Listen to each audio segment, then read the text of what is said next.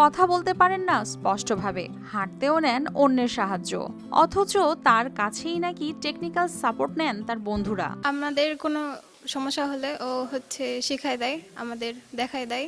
2 হাতে কিবোর্ড চালানো যেখানে অনেকের কাছেই কঠিন, সেখানে 1 হাতেই কোড লিখে তৈরি করছেন ওয়েবসাইট।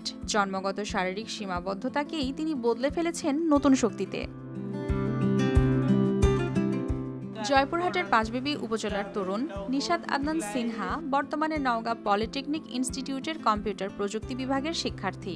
শারীরিক প্রতিবন্ধকতা ও অস্পষ্ট উচ্চারণের মতো নানা বাধা পেরিয়েও তিনি এক হাতেই দক্ষ হয়ে উঠেছেন প্রোগ্রামিং, জাভা, পাইথন ও ওয়েব ডেভেলপমেন্টে। এই পথ চলায় সবচেয়ে বড় অনুপ্রেরণা ছিল তার মা। ছোটবেলা থেকে এরকম পড়াশোনা করছে, এটার সম্পূর্ণ ক্রেডিট আমার মায়ের। আস্তে আস্তে মাইক্রোসফট ওয়ার্ড, লেখালেখি, টাইপিং এগুলা মানে আব্বু থেকেই শেখা শুরু করে।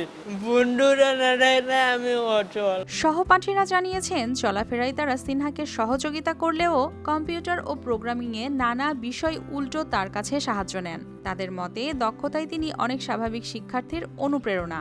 সমস্যার সমাধান করার চেষ্টা করি, যেমন ওর খাওয়া দাওয়াতে একটু সমস্যা, আমরা যে ওকে খাওয়ার চেষ্টা করি, তারপর হাঁটা চলাফেরা ওকে সবসময় ধরে নেওয়া লাগে, নাহলে তো সমস্যা। আমরা যদি কোথাও আটকাই যাই আমাদের শিখাই দেয়। শিক্ষকরা জানিয়েছেন ক্লাস পারফরম্যান্স ও প্রযুক্তিগত দক্ষতায় সিনহা একজন ব্যতিক্রমী শিক্ষার্থী। তার মেধা প্রমাণ করে শারীরিক সীমাবদ্ধতা নয়, সফলতার আসল শক্তি হলো ইচ্ছাশক্তি ও অধ্যবসায়।